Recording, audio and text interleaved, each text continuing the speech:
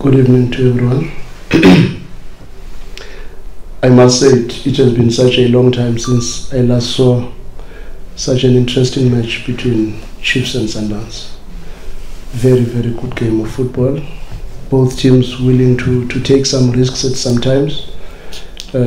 Exposed a few moments with some poorest defense first half, where they set up very good pressing traps in the middle, and when they were cutting it in the middle, they were causing us a lot of problems. But a very good first half in our opinion, but unfortunately not so many chances created in the process. Second half we came back a little bit stronger.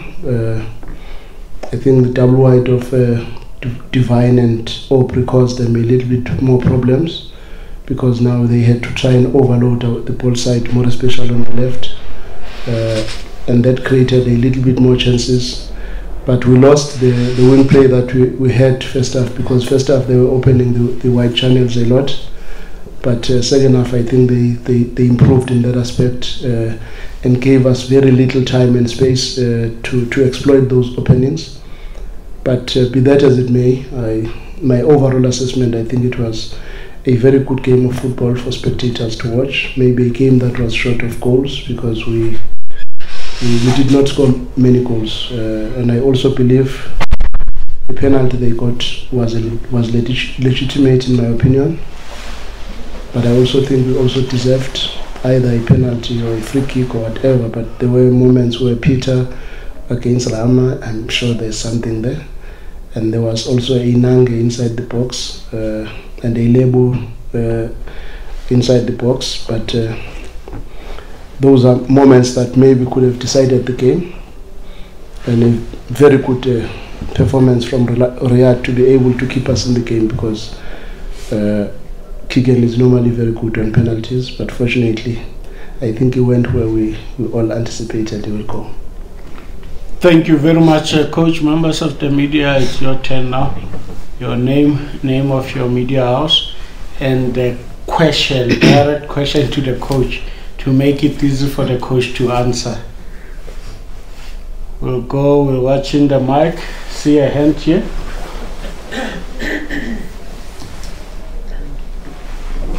Evening, Coach. Manqoba Mngqithi from SABC. Coach, obviously you've won the title now with a couple of games to spare. You very good game tonight, and you had the cup final. And just looking ahead, I mean, one might wonder, maybe you are casting an eye on the next season as well. Does this team need reinforcement, given what we've achieved? Obviously there was, being knocked out of the CAF Champions League, but looking overall with the 2 games remaining and ahead, does this team need reinforcement? I do believe it does. We lost Ricardo Nascimento in the left centre back position, so we only have Musa Lebusa as a left centre back. As it is now, we've got 3 centre backs out with Brian, Rush and Grant. We had to use Divine Lunga in the central defence position, so that already says, if we were in the semi-finals of the Champions League, we would have played with this central defence, and that says it's an area that we need to look at.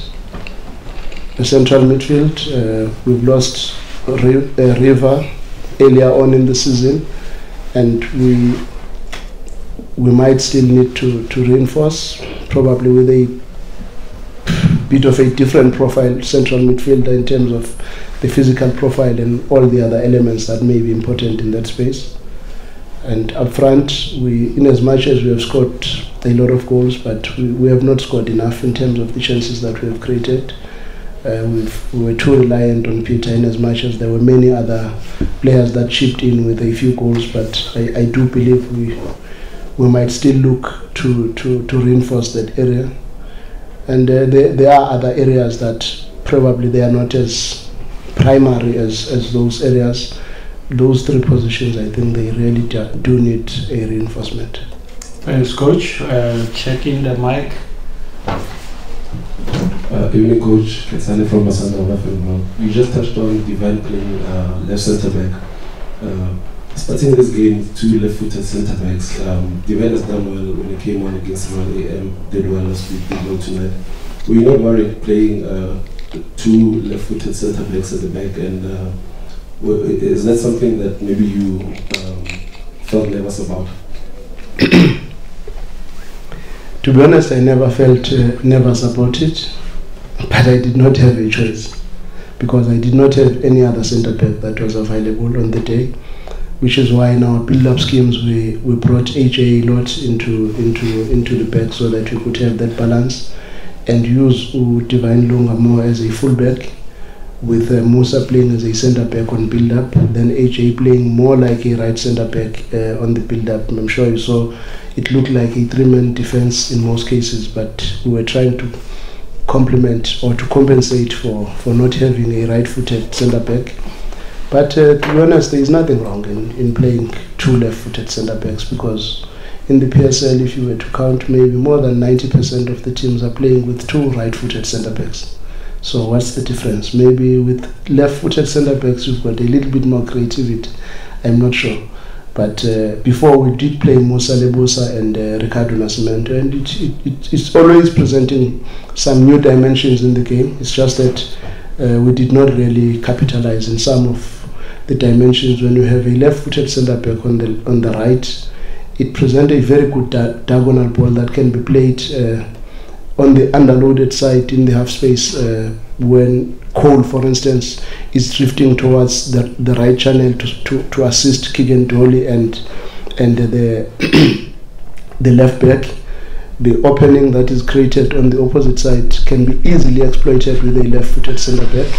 There were a few balls that were played by AJ in that space, and that could have really helped us if Musa used the same thing on the right channel to go to the left side of the opposition of our side. But we did not exploit that much, and we did anticipate that, because Chiefs, we were anticipating them to play with a single pivot. We were anticipating them playing with a Cole or a Nange, with a Keegan Dolly, Ngcobo or Cole in a more advanced position, and they don't shift and present a double pivot. But with a double pivot, first half, when they were pushing Cole a little bit to assist in the high press, in that pressing trap they set in front of their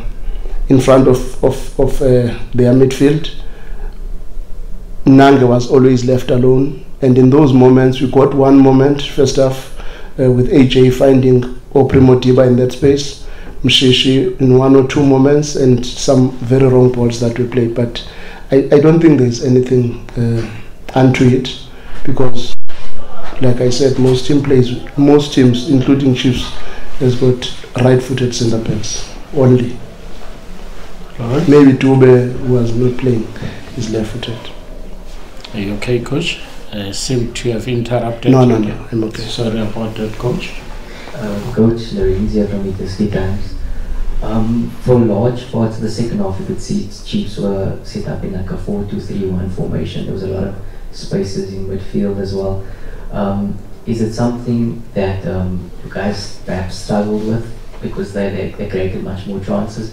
And secondly, they obviously could have stolen the win with Dolly's penalty. Do you think they would have been deserving of the win, or do you think they even deserved the point today? Thank you.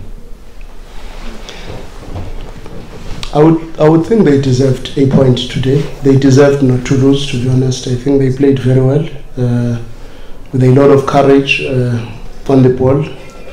Not too many aimless long balls. I think only maybe from the goal kicks, looking for Castro to establish play from there. But it was a very good match. I believe the Chiefs played very well. And I did say prior to this match that the last 3-4 matches they've played, I was very impressed because they played the type of football that I can guarantee you can easily bring the supporters back into the stadium, because it's a gallant performance with a lot of passes, a lot of creativity, a lot of intricate play, and good counter-pressing moments. And also, Chiefs is always very dangerous on transition, but it's not nice for a big team like Chiefs to depend on transitions and set pieces only. There's a lot that this team, that Arthur and Dylan are preparing, is doing, which makes this brand a very interesting brand. But to be honest, I think we could have done better. We also got our moments. Don't you think we also deserved a penalty? Where's the mic? Maskepper from Power FM. Oh, Maskepper. Coach, I mean, I just wanted to find out from you in terms of the 2 matches left now. Is there anyone in your team or outside that you have seen, head and shoulders above the rest to say this one has done enough to be a footballer of the season? Yes, I've seen a lot from my team. Who are those? From my team, I think Peter deserves, Tembazwane deserves, AJ deserves, honestly speaking. But I also think Keegan deserves. Keegan Dolly had a very, very good season as well. And for that, he deserves. There's a young player that I thought maybe could have really set the stage alight this season based on his performances last season. The young Ngcobo from Kaizer Chiefs, central midfield. I believe that boy had a lot of games this season. There was a lot he could have offered. But in terms of the player of the season, I think those that I've counted deserve.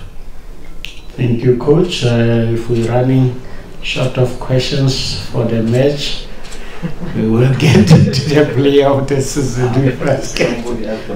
No, it's a good question. No, you are protected, colleagues. On that note, unless, Coach, you've got something that you believe it was not asked by the media and you want to share with the media in closing. No, there's not much, to be honest, except to say I think coaches like Arthur at Dylan, Kobola at Baroka, if you look at what the change that they've made in a very short space of time, it requires that our South African media must also try a little bit not to be pessimistic towards our people. I think they deserve an opportunity and the support from you guys in the media, because I do believe South African coaches are really showing. Look at Katlenchis at Chipper, what he's doing. The team looks good, he's doing very well. Kobola is doing very well, and Arthur Dylan, very short space of time. But honestly speaking, I now want to watch matches that are played by these teams, because I see a lot of what I can identify with in terms of how South Africa expects football to be played.